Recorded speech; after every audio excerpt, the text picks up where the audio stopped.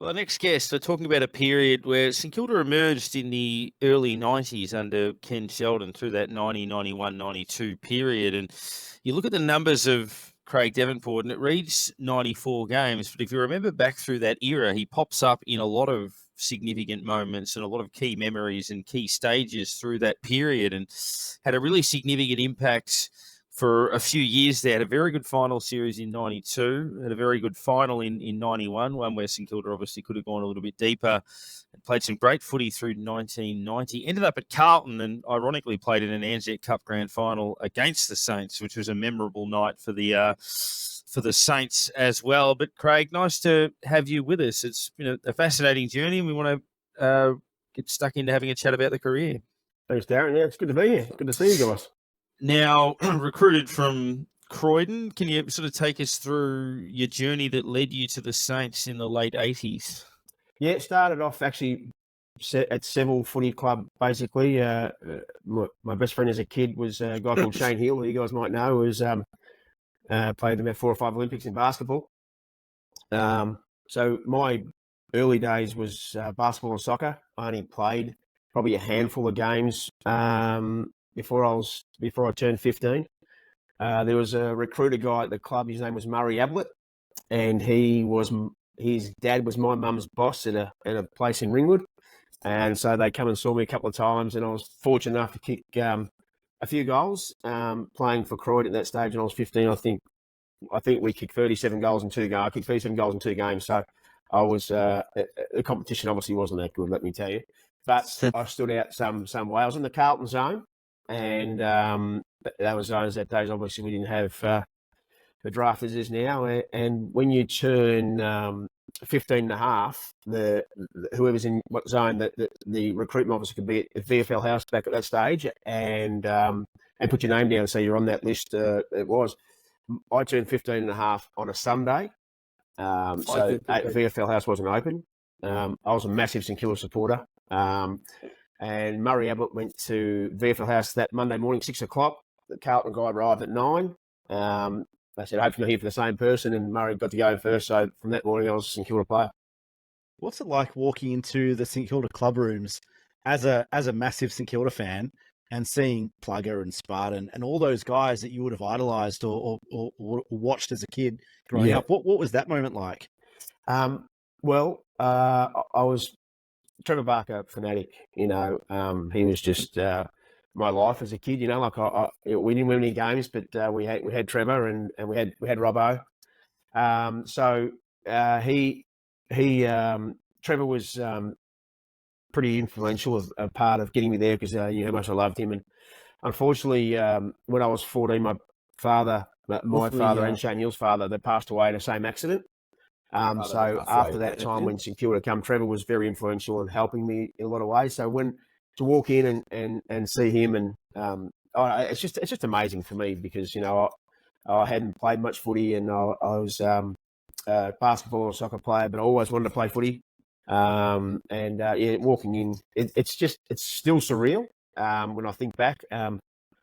People say, would you like to be playing now for the money? And I said, yeah, of course, but you can't ever take away from what I did with, having Trevor there and to play with him at games and just the whole. It was a different situation back then than it is now, anyways, as we know.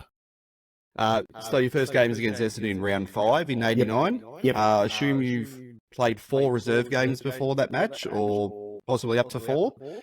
Take us through the 4 weeks leading up to the round 5 match where you debuted. Yeah, 89. So I think I had been emergency back in those days. It was only 18 plus 2. I've been emergency like 15 or 16 times in the previous 2 years. I broke my jaw in 88, so I missed a lot of that year. And the last started off pretty well at the start of the season reserves. We played the grand final in the reserves in 87, which was pretty good, being a 17-year-old playing that. So I had some good grounding. But yeah, it started off, I think we played against Collingwood in round 4 and played pretty well. And then I remember Spud coming to me on Tuesday night and said, just get around Plugger's legs on Tuesday night training because if you do it right, you're going to get a game. So all I did was just follow him around training Tuesday and Thursday night, and it was pretty surreal. Barks was played, and he picked me up for the game, and I went drove to Windy Hill with him, and it was just amazing to have players like him. Jeff Cunningham, all those players who I loved. A good story about that game is, I think, in the first quarter, you grow up. There's probably, when you grow up in the late 70s and 80s, you remember some players: Timmy Watson, Peter Dacos, Doug Hawkins. They're the three players who I like on the team. I remember trying to tackle someone, and then Timmy Watson just ran past and bumped me. He ran off, and the 32 looked like it was just like the biggest thing I've ever seen in my life when he ran past, and he just turned around and smirked and goes, "Do better than that, son." And it was just amazing to see, like you're out there, and it was that was a pretty cool moment for me. Now I imagine it was always the goal kicking targets in terms of how you were going to get yourself into that side as a young forward, and that came to fruition through 1990, playing all 22 games. Some memorable ones in there: 5 against the Cats in a game we lost at Waverley, 6 in a win over Fitzroy. Big game against Brisbane at Moorabbin when Plugger kicked probably 1,000. Started the year well against Footscray. And 5 in the first quarter against West Coast in a game we led by 50 points and got rolled in. But can you sort of take us through that 1990? It would have been a special year to establish yourself like that. Yeah. It was Gary Colling, actually, who went to Ken Sheldon in the 90 pre-season and said, we're going to put Devo back down. I think he's going to be a good backman, even to learn the game. So they put me in the back pocket through that pre-season, and all those goals I kicked basically was I was moved down for a quarter or two, and always started in the back pocket. But I loved playing in the back pocket, loved being able to run off Spud, because he didn't like kicking, so he just handball it to you every time. But yeah, so that was where that year started from, and I think not to be forward pocket or half forward flank the whole game really helped me, and learning the actual game, because what some people don't know is my 100th game of footy was my, I think, 45th senior AFL game of footy. So I hadn't played, kids had played 100 games when they were 12, 13. I didn't have that upbringing, so I was still learning every second of every game I was playing in the AFL. And when I look back, I was far behind, because I hadn't had that 100, 200 games as a kid. So what was it like at the end of 1990? You kind of top 5 disposal getter in the team. You kicked 29 goals for the year. Like, did you feel like you'd kind of made it and consolidated a spot in the team, or how was it going into 1991 after that season? Yep, no, definitely I did, and I had gained a lot of confidence in that. With about 2 weeks to go in the pre-season 91, I was kicking the ball at training, and my quad just burst. So I think I missed the first 12 or 13 weeks of that year in 91, which was hard, especially after coming off every game. And so then it took me 3 or 4 reserve games to get back in towards the end of 91, probably started around 16 or 17. And then we played, I was lucky enough to be in there for the finals again, but I was truly underdone for a lot of the rest of that year. The final against Geelong was a really good game. The quad really made things hard. I had a really big pre-season and put 3 or 4 kilos on in the right areas, and looking forward to it. But then, it just went pop. So forcing your way back into the team, started off okay, but then started picking up really well.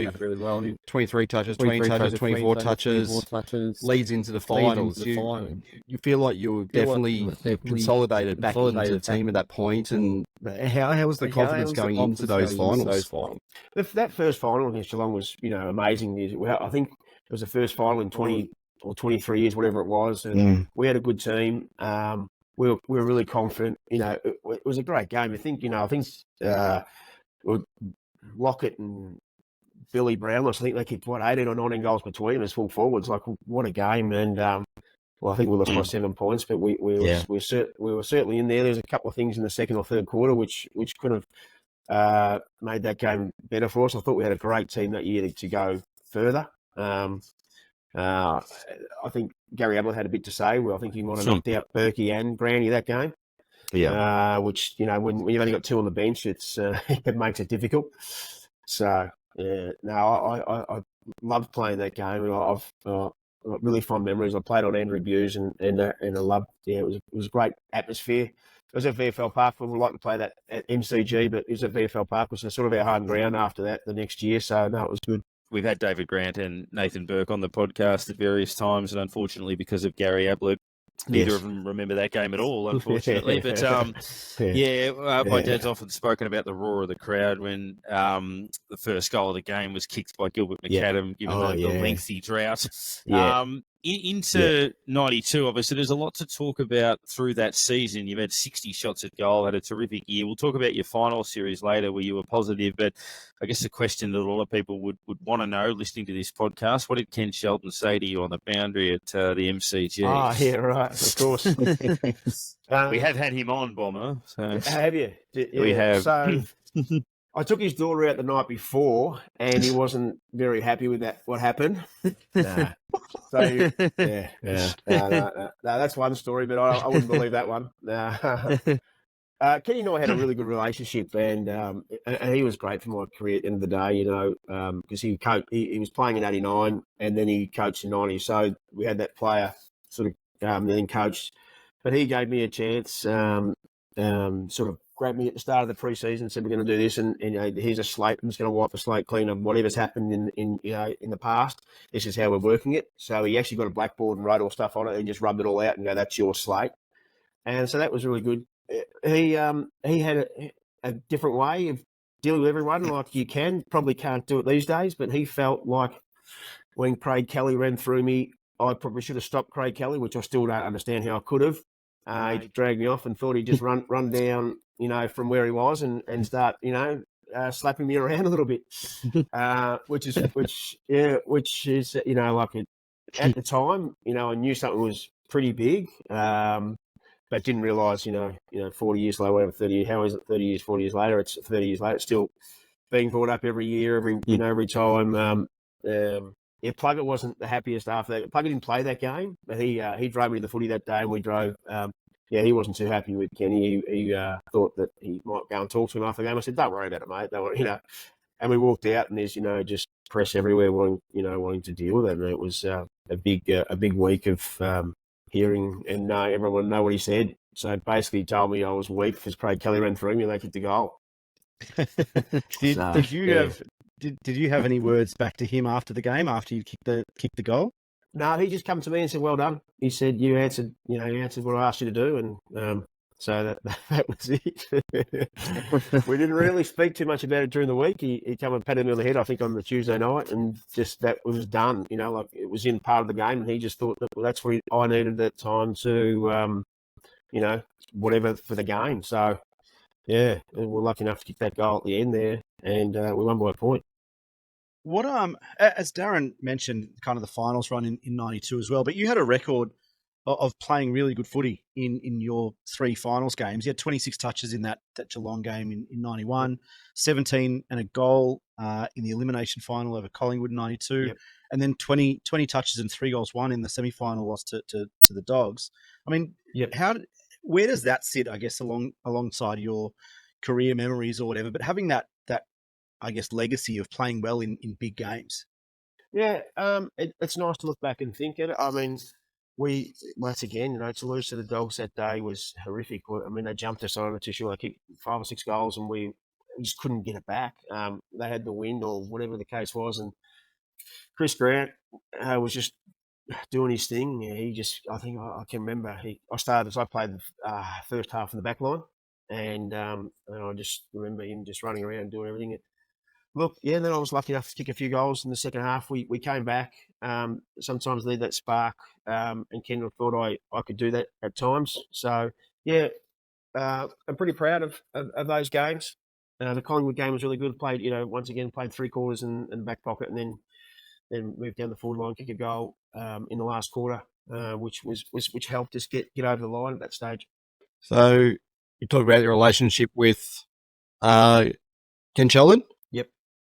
Obviously, then being moved on as coach, of the club. And so how did you take that change after the time that he'd been there? I thought it was sad. I still, Kenny and I have had a couple of really good conversations in the last year. He lives up in Echuca, and I rang him up a couple of times because through the floods. So I really wanted to reach out and make sure he was okay. And we were able to really have some good conversations about it. And I was really sad when he left. He brought in Peter Hudson as and which probably helped him get the job at the time. And when you bring a big name like that in, I think after that 3 years, Peter had probably run his race in the club. But Kenny said, if from what I gather, Kenny said, if they're going to get rid of Peter, I said that I'd go at the same time. That's how I got in there, and I'm going to stick to my word. And still, it still doesn't seem right to me. I still think he should have been coach. Stan was there as he was doing other stuff as assistant coaching and stuff like that. And he got the job there, and I did like Stan at the start. But yeah, Kenny should have been coach for sure. Having said that, if Trevor Barker wasn't sick, he'd been coach. So that's probably the sad part of it all. It feels like 93, an incredibly frustrating year. Beat Collingwood at Victoria Park, beat Carlton at Princess Park, beat Geelong by 12 goals at Waverley, beat North twice, who were on top of the ladder all year, but had some bad losses in there too. And obviously the Nicky Winmar episode where he left the club for a bit, Plugger was injured. What from your point of view, as someone inside the club, went wrong in 93? Because it feels like it was an opportunity in an even season for us to do a bit better than that, if that makes sense. Yeah, it just went pear-shaped, didn't it? There was a lot of things going on internally that everyone started to see, and I think that the strength of the management wasn't enough to keep things under control, and unfortunately, just it went the wrong way. And our season was up and down. You can't do all those things then lose some of the games we did to how we did and not make the finals, and we didn't deserve to at the end of the day. It was, but I think when you look back and you think of all the things that happened through that time, it should never have even gone that way. It shouldn't have happened, and it wouldn't happen this day and age the way that happened then. But it did, and that was the end of some certain things around the club. I want to ask you about your jumper numbers. Obviously, you started in the 44 and played a couple of seasons in 44 and moved to number 8. Yep. And then ahead of the 94 season, I think moved to number 1. Yep. How did the jumper numbers get assigned? Did you have any say? Like, how did that work? No, I'm not too sure how that all worked. I think I spoke about Murray Ablett before. He was recruited, but he played a few reserve games in the early 80s. He wore 58, so that was actually my first number in the reserves. In my first reserve game in 87, I kicked 11 goals, 4 against Sydney up in Sydney. I hadn't had a kick actually in the first 22 minutes. I looked up and I hadn't had a kick in the first quarter. Then by quarter time, I had 6. So I kicked 11 goals, 4 and 3 hit the post. So that was in number 58.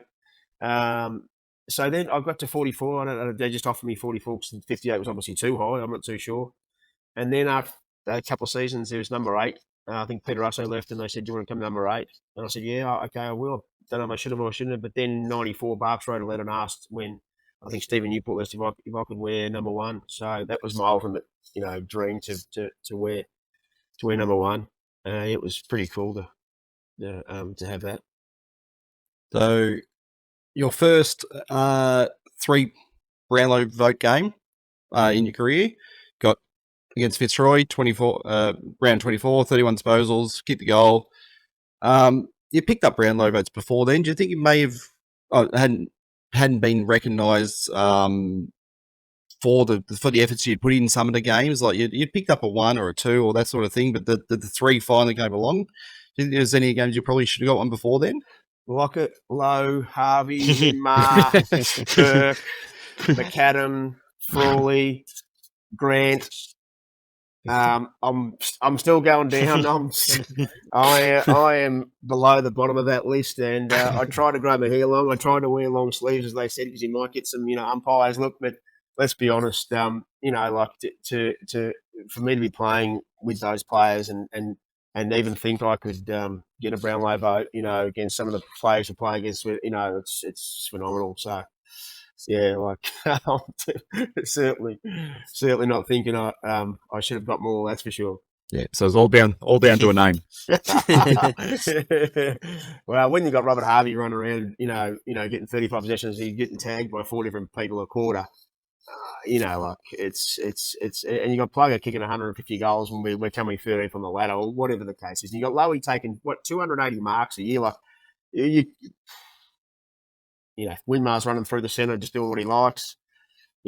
So your name popped up on Twitter a couple of weeks ago because somebody shared the bit of commentary, not of the Sheldon incident, but of the winning goal in that same game. They just said, "I'll finish the passenger play. What happened here?" And you were the answer to that question. And people started talking about you a bit. And Trevor Barker was obviously noted not just as a superstar, but he was pretty popular with the ladies during his career. And I got the impression from Twitter that so were you, based on the replies that everybody had through, that you were something of a favourite. Did that come across? Did you get that impression from the crowd? Because these days it's remembered that way.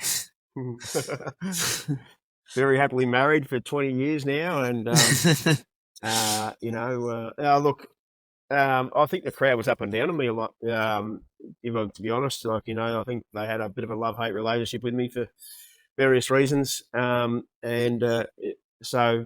yeah, look, there was a big thing. Trevor gave me he did this thing for the Herald Sun. He gave me his black book at one stage, and it was a bit of write up about it and had a bit of fun about certain things. But yeah, it's just it's all good fun, I want to ask you what happened at the end of 1995, because when I look back as a fan, and I was 5, 6 in those early 90 years and kind of grew up through that period, and I had no recollection until last week of your time at Carlton. And then I went back and had a look, and you were traded for pick 19, which was Barry Hall. Barry Hall came to the club with that pick. But I guess what facilitated that move? Was it something that you asked for? Did the club kind of force it through? How did that happen? Yeah, it just, Stan and I saw things differently. I'm so upset that I had to leave. I never wanted to leave. I was actually going to West Coast. The deal had been done, and then St Kilda pulled out of it because I think they offered Turley and the full forward who actually come the next year. What was his name? Heatley. Yeah, so I had a pretty strong friendship with Chris Mainwaring for a long time, and Mick Moldhouse, and I spent a week with Mick Moldhouse in Melbourne, and I was there, and then they pulled out of it the last day, and then Carlton rang up, and I was able to go there after that. Look, it's such a sad thing. I think I was a bit done. I was jogging and doing my calf. I just couldn't get games together, and I signed a decent contract for some years, and then it just wasn't working for them. So after the first year, they just didn't. They had decided they didn't want me anymore. So, and then I did a pre-season. Went straight to the Bulldogs and did a pre-season under Terry Wallace in '97, and I was the last person left in there, and he come to me the night before the draft and said, "Yep, we're going to draft you." And then later on that night, he got a phone call from a 6'6" guy in Adelaide whom he said that they took him, which I believe is the swimmer's dad who wins all the gold medals now, 100 metre swimmer. Oh, Chalmers. the South Australian. Yeah. So don't like his dad. He rang up and said he's going to come, and he never came. He never went. He had a $50 bet with his mates and he could get drafted that night. And he never went to the Bulldogs, so he sort of took me out of that. So yeah, that was it, unfortunately. So early in that time at Carlton, you obviously come up against St Kilda in the night grand final. Well, you see, because I think most of the footage I saw of you watching the tape back years later was a lot of time on the bench, it seemed to be. But were you watching on, looking at St Kilda, sort of thinking, hey, that team actually could go somewhere? Just that night, it just all gelled, everything worked. Did it look like a team that was going to go somewhere in those next few years?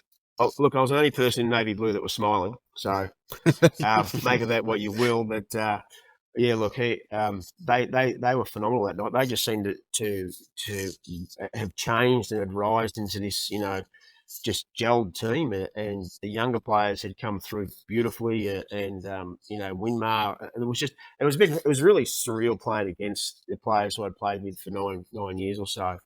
But yeah, so that was I was very happy for them, that they won the premiership and where they were going to go from there, because it seemed good. Now, you played the one game with Carlton, 2 goals from a couple of kicks against Melbourne. Probably don't need to talk too much about the rest of your time at Carlton, but so just wanted to ask you, I guess, all those players that you named before, who was the best player that you played with? Yep. And then I guess just off the back of that, a couple of the guys that are no longer with us, Trevor Barker and Danny Frawley. What are some of your favourite memories of those 2 guys? Yeah. Look, between how do you go past Lockett? Like, seriously, what he could do, just amazing agility, amazing. He can take these massive grabs over, packs. And he was just so fast. His goal kicking ability, just unbelievable. And you've got someone like Robert Harvey, you get 35 hard possessions a game. You watch 35 possessions these days, and they get 6 in 3 seconds. Mate, he did not get 6 in 3 seconds. He ran, 25 Ks a game. And you got Stuart Lowe, who would, how many marks does the best player take now? I'm not too sure, but it's not 280. I'm pretty sure it'd be under 150. So the team that we actually had, when you look back, it's amazing that there wasn't, 2 or 3 premierships really there. So out of those players, look, how do I go past Winmar, watching him run around? Unbelievable what he did. You're on the ground and you just cannot believe what you're seeing. But Plugger probably sits at the top. Danny Frawley was unbelievable to me. He was, the captain, and had a very good friendship with him. Did a lot of work with him with the AFL, different clinics and stuff. So I spent a lot of time with him. He was always there to, support you, back you up.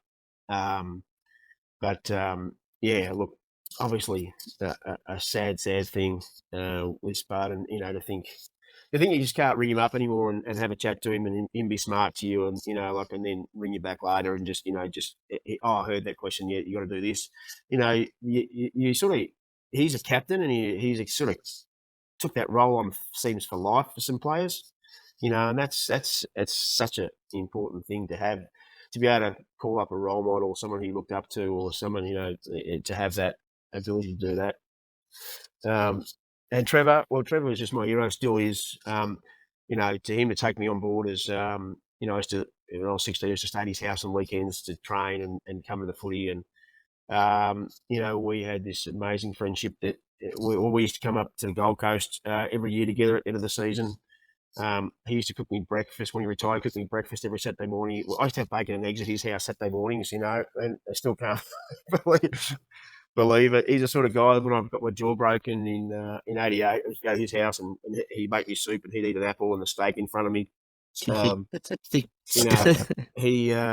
just the kindest, nicest hearted person, and for the superstar, megastar he was for that club and for the VFL, AFL, he's just I miss him all the time. Like, I always think of him. I always wish I could talk to him. I always wish he could meet my kids. I just miss him. I do get a bit emotional when I talk about him. Sorry. No, not a problem. Just last one from me, mate. You're wearing the Skills Beast T-shirt, I can see. Yes. Thank you. You played with Plugger, and now you're working with Jason Dunstall. Yes. Once you give the listeners a bit of a wrap of what Skills Beast is and how that came about. Yep. About 5 years ago, I was just watching a bit of footy and stuff, and I saw a massive problem with skill technique. That was one of my things I think I had pretty much well for my left and right foot. I thought I was quite a skilled player. And I woke up one morning and just started writing all this stuff down about what's needed to be, how to kick, what to do. And I come up with a training aid which you put around your waist. It's a sort of sleeve, and then there's a rotation cord that comes out. And I put it on, and it actually worked. When you put this on, you could actually kick a drop punt. So I give it to my daughters. I gave it to some friends who can't tip that well, and they put it on straight away. And within 2 kicks, they were kicking a drop punt. So we haven't got the hardest ball in the world to kick. It's not round, and it can drop anywhere, go anywhere. So I started off with a plumbing, the white plumbing tube. Yeah, so I cut that up, put that there, and anyway, cut a long story short, I got a bit further down. I got some shin guards when you see skills specialist. I mean, I got some shin guards to put on. I made it, and I looked around, and I had a relationship with Jason. In the early 90s, we used to do a bit of stuff together, go to the races and hang out a little bit here and there. I hadn't spoken to him for a long time. So I gave him a call and I said, Bung, I've got this thing that I've invented. I'd like you to have a look at it, please, because I think I've got something here for the AFL. And he said, you can show me, but I'm not going to like it, but you can come and show me anyway. I said, there you go. It's just how he is. So I'm on the Gold Coast, so I flew down to see him, and we're meeting up at his house, and then we're going to go to the park at Albert Park that's near him, and get there, and it's pouring with rain, so we can't go out and have a kick. So I'm showing him the skills beast in his lounge room. So we're in his lounge room, he's got it on, and we're kicking the footy in his lounge room. Anyway, he calls it a light bulb moment. He thinks it's the most amazing thing every kid, every player should need it to have, kicking the left and right foot. So yeah, from that day, he helped me make it into the beast it is, I guess, today by fine tuning it and having it how it is now. And he's been unbelievable the way he talks about it and has it. It's just a great training aid for any kid who wants to use it. Or we've been fortunate enough to have a few AFL clubs have it used during pre-season to help some kids and help some people with their goal kicking and their field kicking. So we're hopefully we're in discussions with the AFL. They're spending $1 billion over the next 10 years, and we hope that some might come our way, and we can definitely help some kids and girls and whoever needs a bit of advice on and to kick for coaches. Final to finish up here, you've spoken about the players that you played with and the players that you loved and that sort of thing. Going from that's in the past now. You're obviously still a St Kilda fan. How are you seeing the players got now? Is there anyone you sort of look at or follow really closely and really like the look of, or where are you sitting with currently supporting the club? I live on the Gold Coast, so I get to watch a lot. When they come up here, I certainly go and watch them. I'm a big fan of Steele, and I have been from the start. I think he's a great leader. I just love how he's the one that's now that does the Lenny Hayes things. I think, and if I was going to pick one to watch who I really enjoyed watching last year was Mitch Allens. I think he's going to be the one to take us the next 10 years. He's a serious player. Way he attacks the ball and way he thinks about certain things, he's really good. Yep, a good shout. Craig, it's been a pleasure going through your journey, some wonderful moments. It was a great era of footy, and we've spoken to a lot of guys that played footy with you during that period. It's probably no coincidence that we've gravitated back to that particular side, but thank you very much for joining us, and we wish you all the best going forward. No, thanks, guys. Thanks so much.